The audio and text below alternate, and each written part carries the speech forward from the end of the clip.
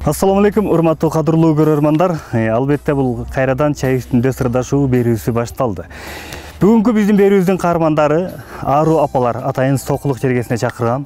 Атайын биздин чыгармачылык топ ушул сокулукка келдик. Бизден алыстабаңыздар, Ару апалар менен бирге бололу.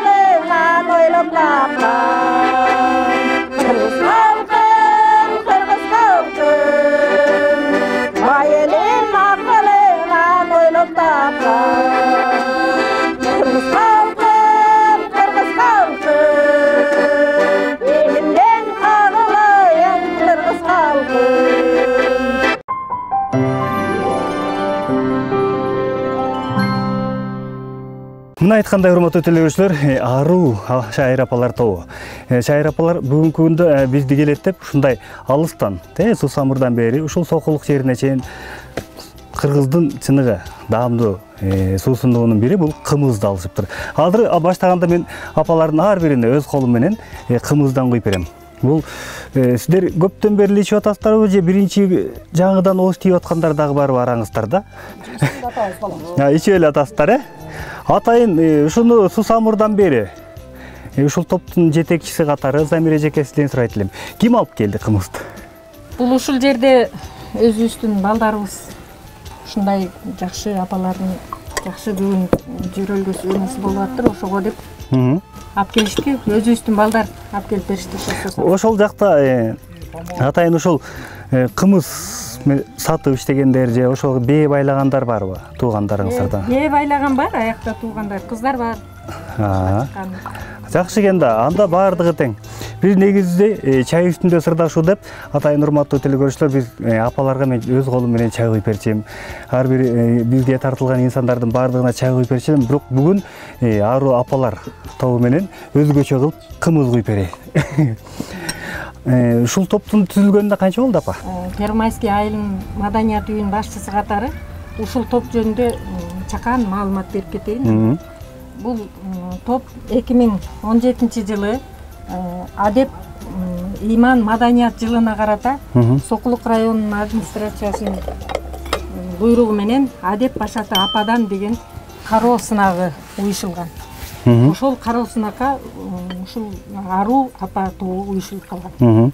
Ару деген бул эң таза деген. Таза, тунук. Тунук дегенди билдирет да, ошол Ару апалар тобу. Ару апалардын ичинде эң алдыңкысы 75 жашта, эң арты 55 жаштагы апалар, 15 ападан.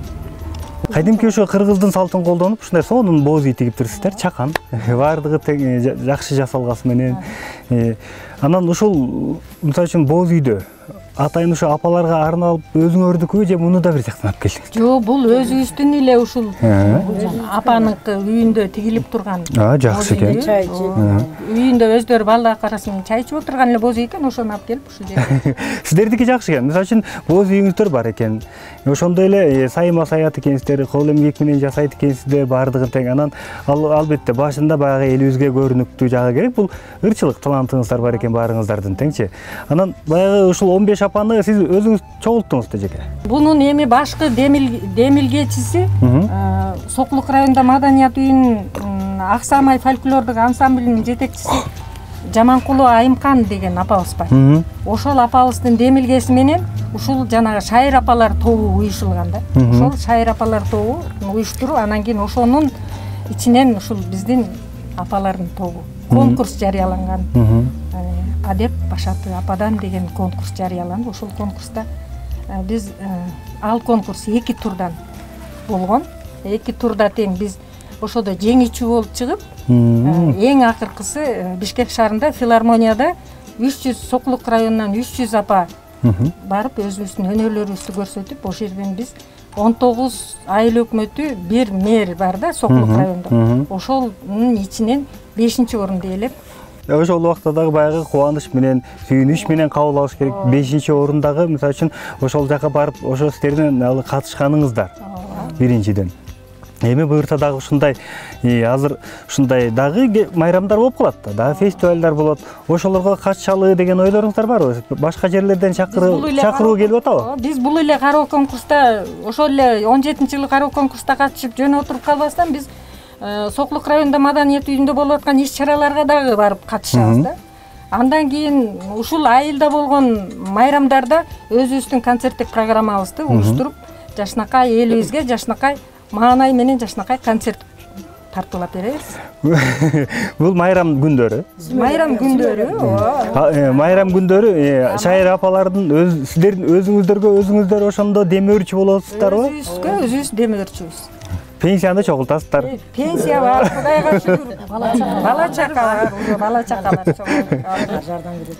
Балдар жардам берип атышат.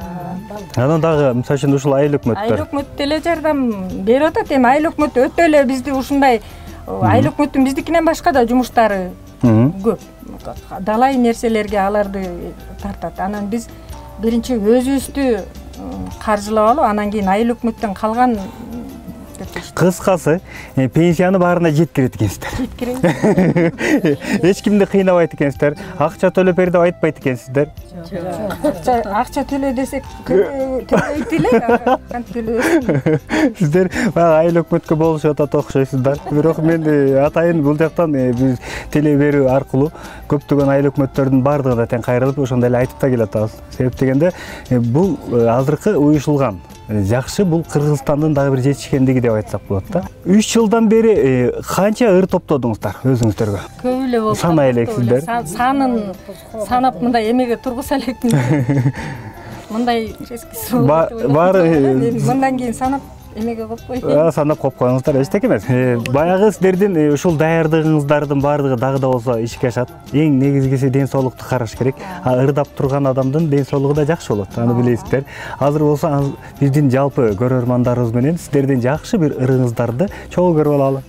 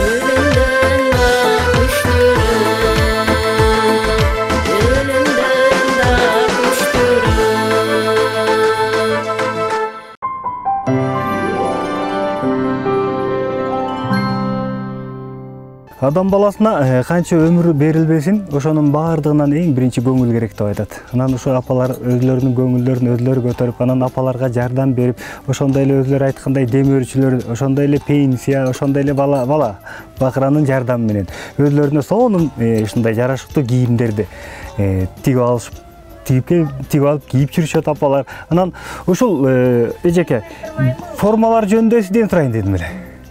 Бул формалардын дизайндарын баардыгын сиз өзүңүз даярдайсызбы? Жок, биз ушул жерде айылда өзүбүздөн бар жиберебиз. Ошого барып дайындап тиктирип келебиз. Өзүбүздөн эме кылган каржылайбыз өзүбүздөн. Ошо пенсиябыздан, бала акырадан баарынан эметип, 3 жолу тиктирип, элечектерди эме кылып, баарын өзүбүз каржылап жүрөбүз. Албетте өзүңөрдү ушундай каржылап турганыңыздар бул чоң жетишкендик биринчиден. Экинчиден сиздерди көрүп канча деген апалар келе албай, сиздердин жаныңыздарга туруп ырдай албай жүргөндөрү дагы бар чындыгында. Анан канча формаңыздар бар? 3 формабыз бар. Ак көйнөк, кара кемзир тиктиргенбиз, андан кийин бул формабыз бар, дагы элечек, 2 элечегибиз бар. Ал элечекти ким жасады? Элечекти Токтогулдан буйрутма менен жасатып келдик. Атайын Токтогулдан алып келдиңиздер. Көйнөктөрдүчү? Көйнөктөрдү өзүбүз чеберибиз бар, айылда ошого тиктиребиз. Жакшы экен, болсун, өзүңүздөргө буйрсун. Анан сизге кайра келгим келип атат, ушул топтун жетекчиси катары. Мисалы үчүн көптөгөн апаларды Турцияга чейин барып келип атат, аларды дагы биз чагылдырып эфирлерге көргөзүп атабыз, аны көрүп жүрөсүздөр. Ошондой эле сиздерди дагы башка жака ушундай фестивалдар болуп атат. Ошолорго чакыруулар келип атабы? Чакыруулар келип атат. Аларга деле барууга аракет кылып атабыз. Биздин айыл өкмөт, дотационный айыл өкмөт болгондон кийин биз ошол жака толук каржыланып алысыраак чыга албай атабыз да. Биз ошон үчүн райондун ичинде гана фестиваль, ар кандай маданият иш-чаралар болгондо райондун ичинде гана катышып, сыртка чыга албай жүрөбүз да. Эмне деген грамота, эмне деген дипломдорду алдыңыздар? Биз грамотаны алганда ушул райондук гана грамота менен жүрөбүз да. Мен акимияттын грамотасы менен, анан айыл өкмөттүн грамотасы менен. Азыр ушул кичине ушул апалардын чогуу демилгеси менен азыр оюбуз бар. Дагы мындан ары дагы фестивалдарга чакырса баралы дейм. Сиздер жанакы биздин чоң ырчылар бар да. Мындай элге таанылып калган. Ошолордон мындай үйрөнүп атасыздарбы же өзүңүздөр эле үйрөнүп алдыңыздарбы? Ырдаганда. Жок, биздин художественный руководителибиз бар. Ошол бизге кайсы, например, майрам болсо, мисалы, ошол майрамга карата бизге ыр даярдап берет, ошонун немелерин, программасын түзүп берет. Биз ошол менен дайынданып, ошол менен ырдап чыгабыз концерттик программа. Ушул топту түзүп атканда кандай кыйынчылыктар болду сизге? Аябай эле кыйынчылыктар болду. Апалар менен бирөөнө жакшы көрүнүп, бирөөнө жакшы көрүлүп, апалар менен тил табышыш дагы өтө оор болду. Жаңы уюшулганда өтө эле кыйын болот экен. Анан кийин уже азыр уже баарыбыз бири-бирибизге эмгегибиз сиңип, бири-бирибизге аябай жакшы сиңишип калдык. Азыр мен жанагы сыртка чыгат элек дегеним, азыр баарыбыз ошого чыгышка дайын болуп, баарыбыз бири-бирибизге үйүр алып, баарыбыз жакшы эмеге келип калдык да, анайга.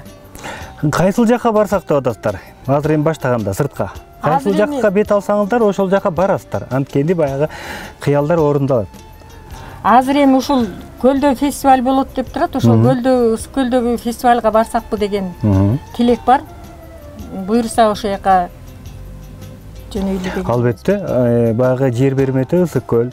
Ал жакта дагы канча дүйнө жүзү суктанган жер. Ал жакка да сиздер барып ошондой майрамдарга, фестивалдарга катышыңыздар. Бул жактан 5-чиликти алсаңыздар, балким ал жактан 1-чиликти алып каласыздар. Өзүңүздөргө ишенесиздерби? Ишенебиз. Азыр анда ошол сиздердин ошо дагы ырларыңыздар бар экен. Өз Алатоом деген ыр. Анан жалпы көрүүчүлөр менен көрөлү, анан кайра да соркуна жолугабыз.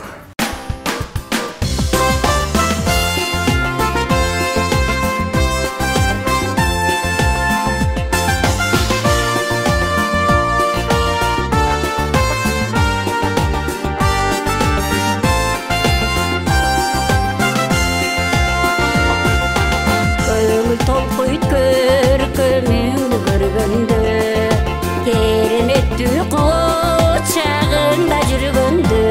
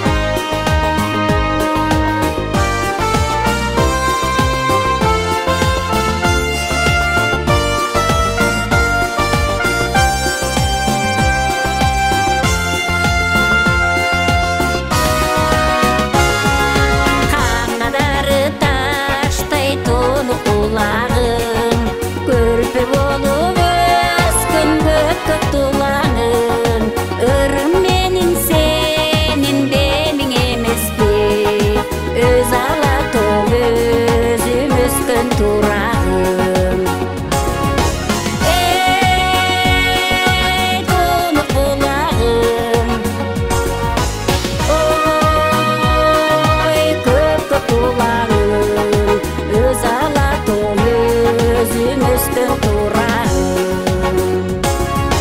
Ей, тоны құлағым, ой, көкті құлағым, өз алатым өзіміздің турағым, өз алатым өзіміздің турағым.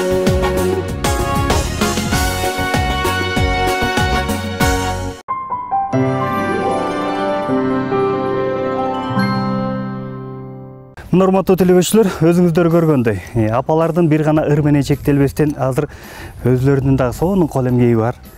Бул жакта кол эмгекти да бир өзгөчө кылып ачкан экен. Азыр анын сырын тигил жактан айтып берем. Бизден алыстабаңыздар, биз менен болуңуздар. Бул жактын бир өзгөчөлүгү ушундай жаздыктар, ушундай жер төшөктөр бар экен. Ушунун баардыгын тең апалар өз колу менен жаратып атыптыр, урматтуу телебөчүлөр. Азыр апалардын баягы дагы жакшы бир өзлөрүнүн алдыга койгон максаттары бар экен. Алардын арасында мисалы үчүн биринчи айта келгенде ырыс алды ынтымак деп коет.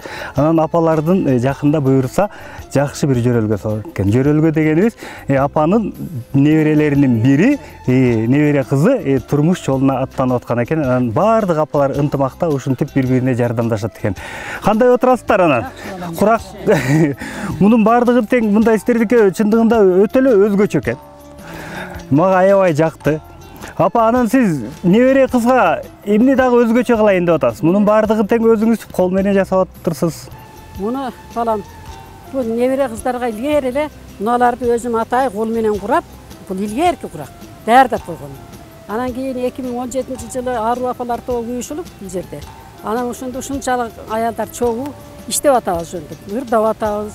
Анан ырдагандан кийин дагы ушундай бири-бирибизге жардам катары тойго, неберелерибизге той кылганда, үйлөгөндө ушундай төшөктөрдү курап, жасап колдон келгендерин берип атышат.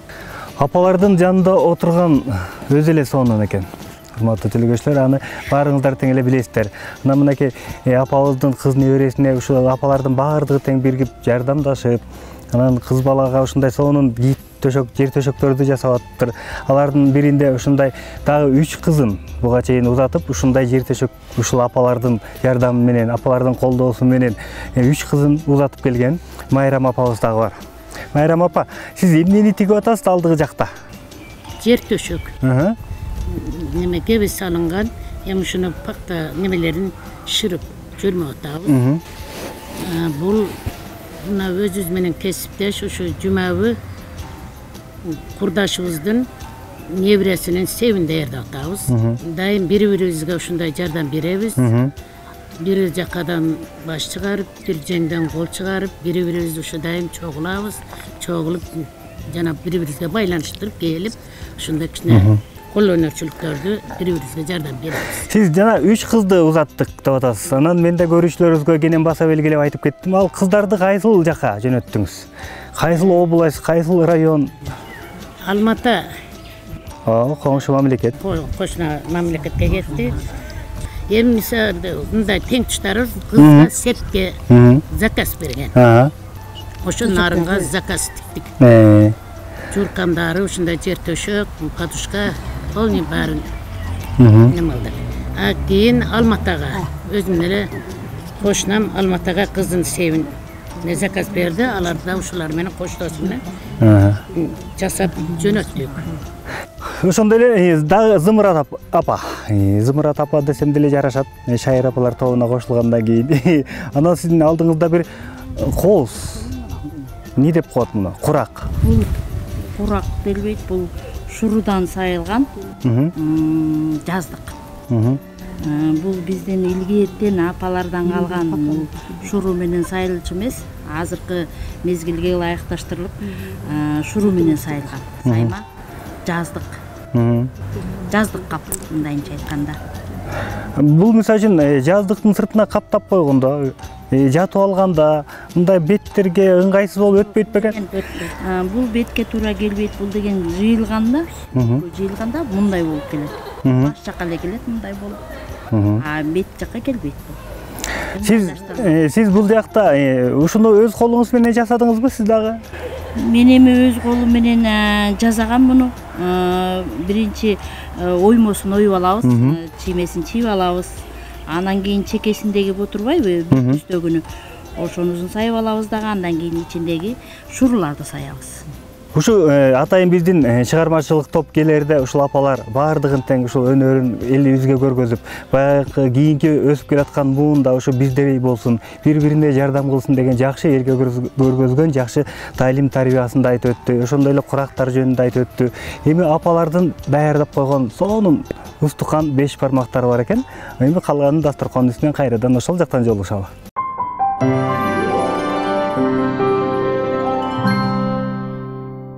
Мына урматтуу телекөрүүчүлөр, айткандай нан болсо ырда болот деп коет. Ансандай ушу атайын сокулукка келгенибизде 1-майда аруу шайыр апалар тобунун ушундай даярдыгы.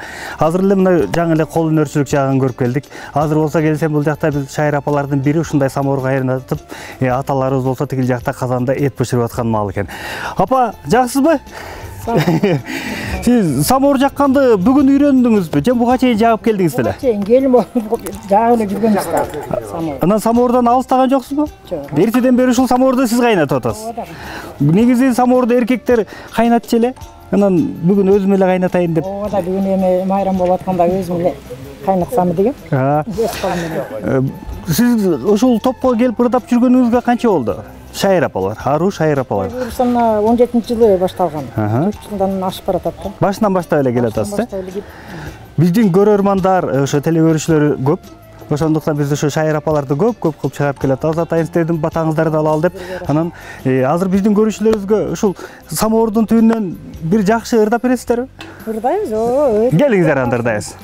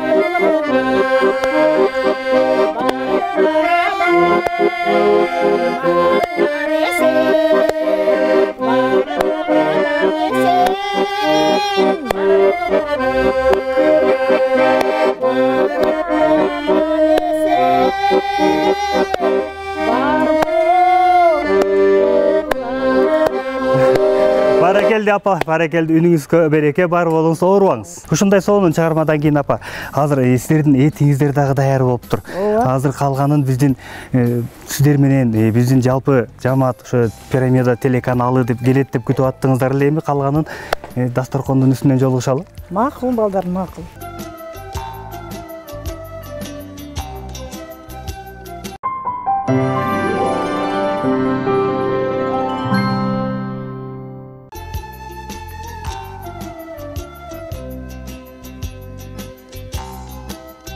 Биринчи Шайыр апага кошулган эмне конкурс жарыялаганда 15 апа болду. Тилекке каршы азыр 12 апа калды. 3 апабыз эмне боюнча катышпай калды. Бир ападар кетип атат, башка ападарды кошуп алып атабыз. Анан бизде эмне конкурс, жаштардын конкурсун да өткүзгөнбүз. Прямо айыл өкмөттө өздөрүбүз таланттарды чыгарып алды. Буюрса колубуздан келген жардамды берип атабыз Шайыр ападарга.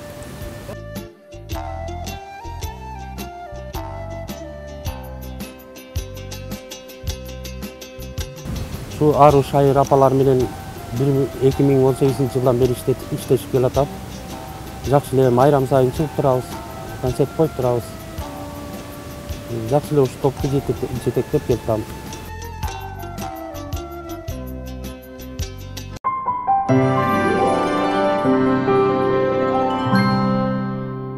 Албетте кайрадан ушундай апалар менен жалпы дасторкондун үстүндө отуруп калдык. Азыр болсо дагы жанагы башында айтып аткандай апаларыбыз ушундай сонун дасторкон даярдаптын, анын арасында кирпи бар, аккуу бар, өрдөк бар, жылан бар. Анан ушундай кыргыздын салты менен сонун устукандар. Кана апалар мына эт дагы даяр болуп калды.